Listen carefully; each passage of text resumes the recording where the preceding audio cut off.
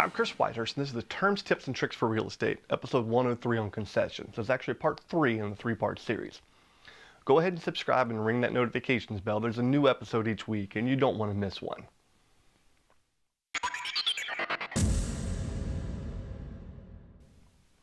When you're buying or selling a home in the negotiation process, one side or the other may offer what is referred to as a concession.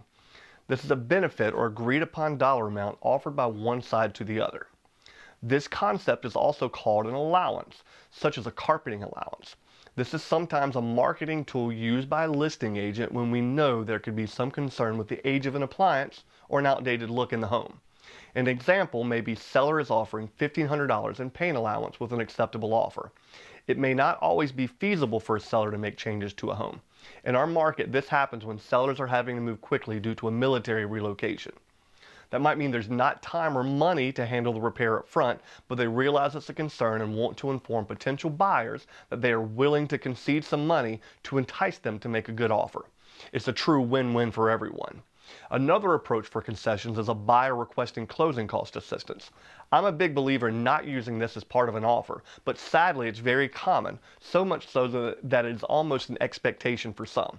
Remember that a request for closing cost impacts the seller's bottom line. A $300,000 offer with $5,000 in closing cost assistance looks mysteriously a lot like $295,000.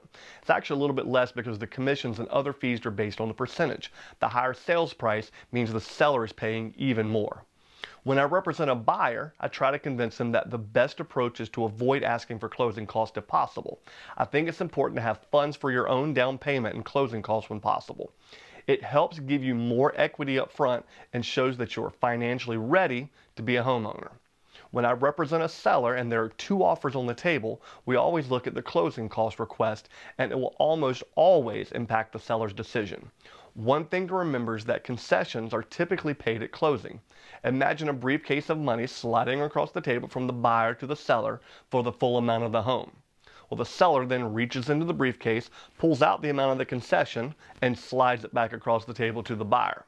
While the concession will impact the bottom line for sellers, it only comes out of the final amount. You can contact me directly if you want more information or just have questions about the concept. Remember, if you like these videos, you can check out past episodes and other great content over on my website at chriswhitehurst.com. Until next time, welcome home.